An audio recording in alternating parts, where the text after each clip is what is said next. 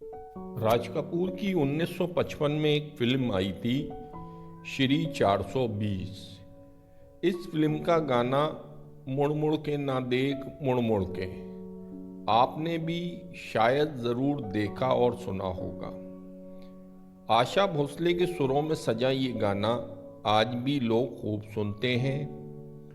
इस गाने को उस दौर की मशहूर अदाकारा नादिरा और राज कपूर पर फिल्माया गया था। फिल्म में अपनी उम्दा एक्टिंग से इस एक्ट्रेस ने दर्शकों का दिल जीत लिया था। इस फिल्म की हीरोइन नरगिस थी, लेकिन नरगिस से भी ज्यादा चर्चा इस फिल्म में नादिरा की हुई थी। 24 साल की नादिरा ने अपने बेबाक अंदाज से लोगों को दीवाना बना दिया था। नादिरा उस दौर में एक के बाद एक कई फिल्मों में नजर आईं। कहा जाता है कि वो उस दौर में एक फिल्म के लिए बड़ी रकम चार्ज करती थीं और बॉलीवुड की रईस एक्ट्रेस में से एक थीं। उस दौर में फिल्म इंडस्ट्री में पहली रोल्स रॉयस नादिरा ने ही खरीदी थी। कहा जाता है कि उन्हें देखकर बाद में अन्य लोग भी इंडस्ट्री में महंगी गाड़ियां खरीदने लगे थे। हालांकि नादिरा ने जितनी तेजी से सफलता के शिखर पर पहुंची, उतनी ही तेजी से उनके करियर का ग्राफ गिरने भी लगा।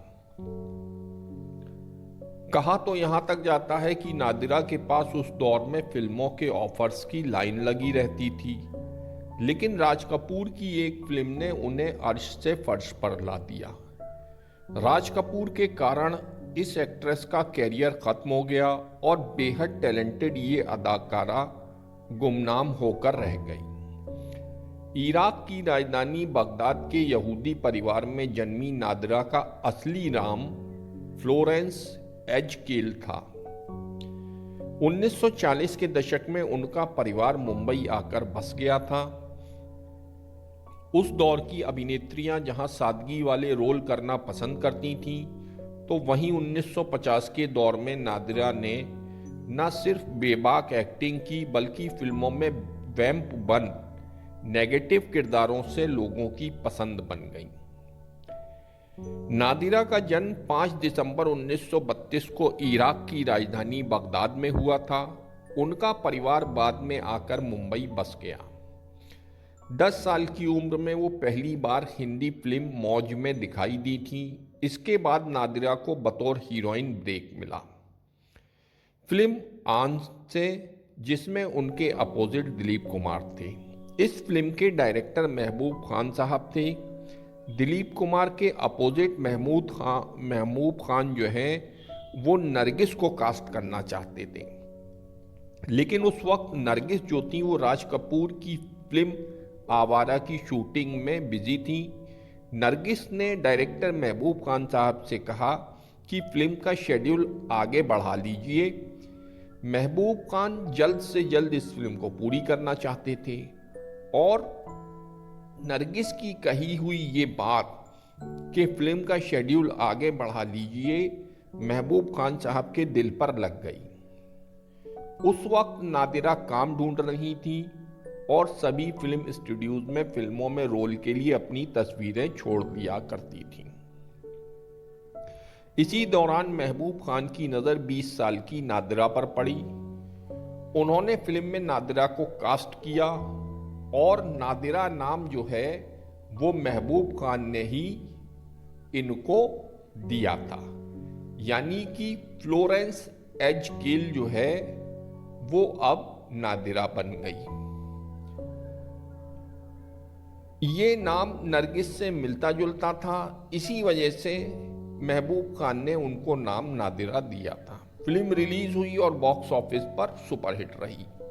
इसके बाद नादिरा ने नगमा, वारिस, जलन, डाक बाबू और रफ्तार जैसी फिल्मों में अपनी जबरदस्त अदाकारी दिखाई, लेकिन सिर्फ 24 साल की उम्र में उनका करियर खत्म हो गया।